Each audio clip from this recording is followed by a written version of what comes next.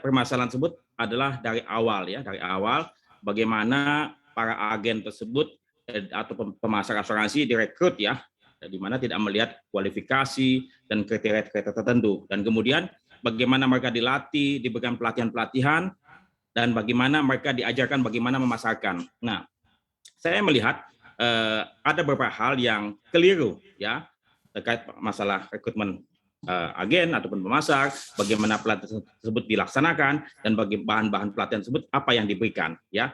Nah, kemudian pada waktu katakanlah misalnya agen tersebut dilatih dalam waktu 1 minggu 2 minggu ya, agen-agen baru, tentu saya khawatir mereka baik. Saya sedikit mau mengoreksi apa yang tertulis di layarnya CNBC, disebutkan apa itu unit link ya, itu disebutkan instrumen investasi yang mengandung proteksi. Semestinya unit link adalah produk asuransi yang ditambahkan dengan produk investasi. Ya, jadi itu ya. Jadi mestinya adalah produk asuransi yang ditambahkan dengan produk investasi. Oke. Jadi tolong direvisi ya. Kemudian yang tadi saya sampaikan bahwasannya masalah unit link ini tidak sesederhana yang katakanlah terlihat di permukaan. Saya melihat ya lebih jauh ke dalam, lebih jauh ke belakang, bahwasannya agen-agen yang direkrut oleh pihak perusahaan asuransi ya yang kualifikasinya, kompetensinya belum terlampau tinggi, kemudian disuruh untuk memasarkan unit link. Untuk memahami unit link sangatlah tidak mudah bagi mereka yang baru belajar asuransi. Ya, jadi saya khawatir orang buta menuntun orang buta. Itu yang pertama ya. Jadi agen-agen yang baru itu semestinya ya tidak diperbolehkan tradisional ya. Setelah mereka sudah khatam, sudah paham benar, paling tidak setelah 3 tahun, barulah mereka diperbolehkan untuk mempelajari unit link ya, sehingga akan terlihat konsistensi dan komitmen para agen tersebut. Jangan sampai nanti agen-agen yang saat ini ada, habis itu besok udah hilang lagi, kan kasihan nasabah ya. Sehingga saya minta supaya ini dibenahi terlebih dahulu. Bagaimana cara rekrut dan kualifikasi, apa yang mesti diajarkan ya, dan bagaimana agen-agen tersebut mesti dilatih ya. Sebab kalau tidak, ini akan membawa dampak yang begitu luas buat masyarakat Indonesia. Kemudian ada beberapa memang agen yang kompeten ya dalam konteks produk knowledge ya. Tapi kemudian banyak yang tanda petik ya tidak transparan, kurang menyarukan ataupun menyamarkan ya. Banyak yang menyampaikan ini tabungan berbonus investasi. Ini tabungan berbonus proteksi ataupun investasi berbonus proteksi. Itu keliru. Itu namanya misleading ataupun mis-selling. Sampaikan saja bahwa unit link adalah produk asuransi yang isinya adalah entah term life, entah whole life, critical illness, health insurance, personal accident, dan lain-lain yang ditambahkan ya produk investasi. Nah, ini yang mesti disampaikan kepada masyarakat bahwasannya produk investasi ini ya tidaklah selalu menguntungkan. Mengapa? Karena investasi selalu ada minus, nol, dan positif. Selama ini ilustrasi yang disampaikan semuanya positif. Plus 5, plus 10, plus 15. Itu juga misleading. Nah, kemudian tadi dari para agennya yang kurang kompeten, kemudian masyarakat luas yang dipasarkan ini, saya khawatir mereka tuh tidak melakukan risk profiling. Bahwasannya produk unit link ini mestinya tidak dipasarkan kepada semua lapisan masyarakat, ya, tetapi adalah segmented, ya, kepada masyarakat yang sudah memiliki asuransi tradisional, yang sudah paham asuransi dan sudah paham pasar modal. Bagaimana mungkin ibu-ibu di pasar sana, para pedagang sayur, yang penjual Parung Tegal, dan lain-lain dipasarkan produk yang kompleks. Boro-boro mereka nabung di pasar modal, beli asuransi aja belum, ya. Jadi tiba-tiba mereka langsung dikasih asuransi plus investasi, nggak double tuh pusingnya. Terus kita lanjutkan kembali diskusi kita yang sangat menarik tentunya di hari ini. Ini kalau kita lihat misalnya saya punya gambaran ya. Ini saya ambil dari Prudential. Skema unit link. Tahun pertama 100% investasi. Tahun kedua investasi dan akuisisi 60%. Lalu tahun ketiga dan tahun ke-6. Sebenarnya kalau yang buat lebih jelasnya. Supaya semua orang tahu deh. Seperti apa sih Pak sebenarnya untuk skema unit link ketika memang seseorang membeli nih unit link. Oke. Untuk mempelajari unit link memang tidak bisa 10-15 menit ya. Tapi saya sudah membuatkan video klip saya di YouTube Guru Asuransi 3 langkah mudah pahami unit link ya.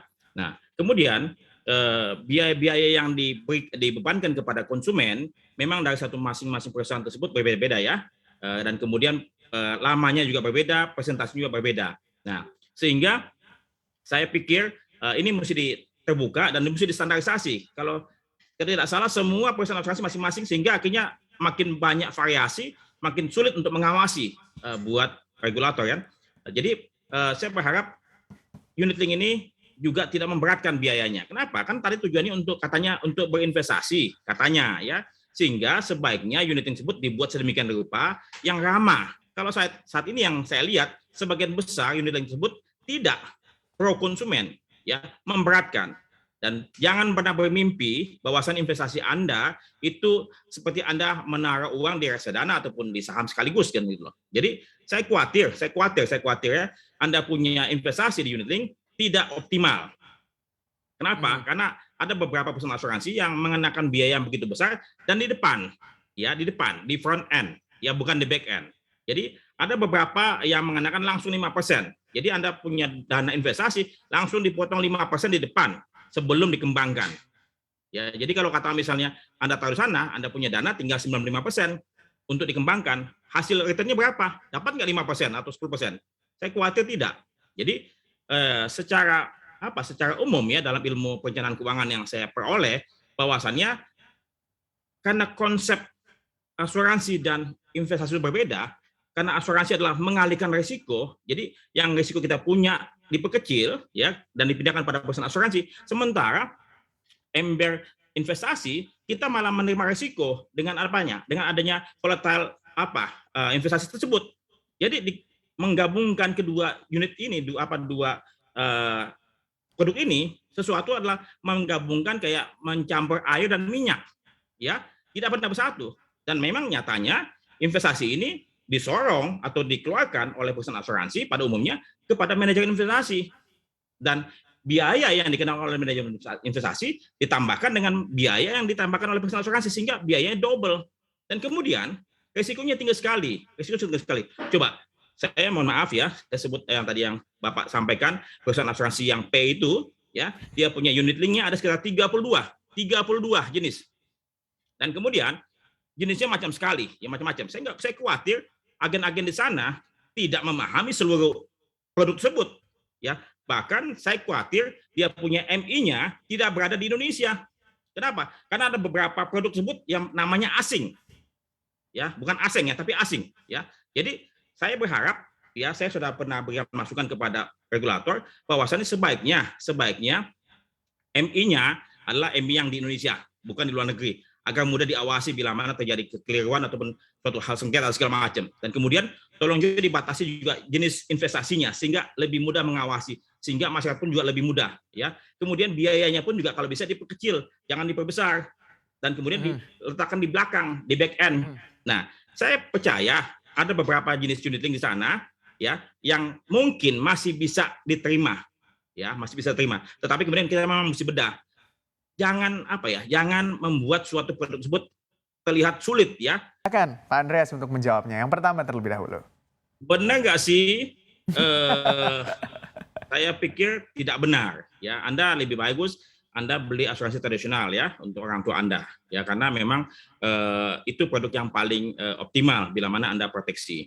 Kemudian yang 2 tahun, saya mohon maaf ya, saya dengan berat hati mengatakan lebih baik Anda rugi sedikit dibandingkan Anda rugi banyak, ya. Selesaikan maksudnya segera putuskan untuk tidak melanjutkan. Anda pisahkan, Anda beli asuransi tradisional dan beli tabung investasi, entah di deposito, entah di reksadana, entah di saham dan segala macam. Itu. Yang pertama tadi apa ya? Yang pertama tuh Pak, pertanyaannya dia pernah menggunakan unit link 5 tahun, terus nggak mau lagi nih karena investasinya nggak sesuai dengan ilustrasi yang dijanjiin. Nah, jadi apa emang unit link ini cuma jadi manis gitu? Itulah yang terjadi, ya, bahwasannya mereka hanya menyampaikan ilustrasi 5, 10, 15%. Padahal sebenarnya investasi juga ada yang minus, negatif kan? Jadi di sini terjadi misleading dan tidak dijelaskan oleh pihak pemasar. Dan ini saya bilang kembali lagi, harus dibenahi dari awal. rekrutmen agen, dan bagaimana pelatihan tersebut dibuat, dan siapa yang memberikan pelatihan. Mesti dilakukan pengecekan oleh pihak yang berwenang, agar jangan sampai perusahaan-perusahaan asuransi tersebut melakukan hal-hal yang, mohon maaf, ya kurang tepat. Mhm.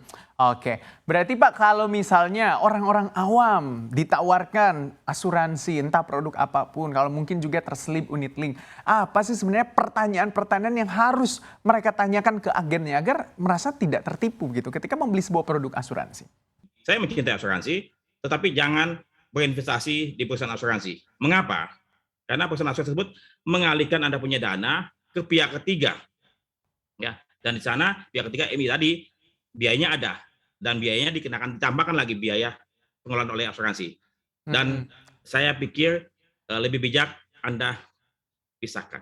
Iya, jadi kalau kita lihat misalnya kan beberapa agen biasanya mengatakan unit link ini mengcover kesehatan, mengcover kematian gitu, atau mengcover penyakit kritis. Nah, gimana nih sebagai calon nasabah harus Anda bisa beli menghadapi asuransi situasi itu? yang biasa. Ya, Anda bisa beli asuransi biasa, asuransi kematian, plus kesehatan, plus critical illness, ya, tidak perlu investasi. Mhm. Hmm, Itu, berarti lebih ya. aware Jadi juga dong kalaupun ada yang masyarakatnya. unit link yang bagus ya, Mhm. ada unit yang bagus ya, yang saya pikir yaitu adalah unit link yang hanya menawarkan satu proteksi saja, itu kematian, plus investasi ataupun tergantung jenisnya, ya. Di Hmm. mana biayanya kecil sekali. Itu biayanya kecil sekali. Anda coba cari perusahaan asuransi jiwa yang hanya memberikan jaminan satu proteksi saja kematian plus investasi. Kalau memang Anda mau itu unit link-nya, tapi kalau sudah campur-campur begitu banyak, ya Anda tidak paham asuransinya begitu banyak, apalagi di sini investasinya, Anda makin apa? Makin tidak apa? Mhm. Jadi Makin saran tidak jelas bagi lah. Saya ya percaya Anda tidak saran paham. Ya, saran bagi Sobat Cuan nih Pak Andreas ya, buat yang mungkin baru mau membeli asuransi supaya lebih aware lagi terhadap, ya supaya nggak merasa tertipu lah. Oke, asuransi itu baik, baik untuk mengalihkan kita punya risiko. Tetapi belilah asuransi yang memang hanya berisi proteksi semata. Dan bila mana ada yang bilang kalau asuransi sana uang preminya hangus, ya di sini tidak.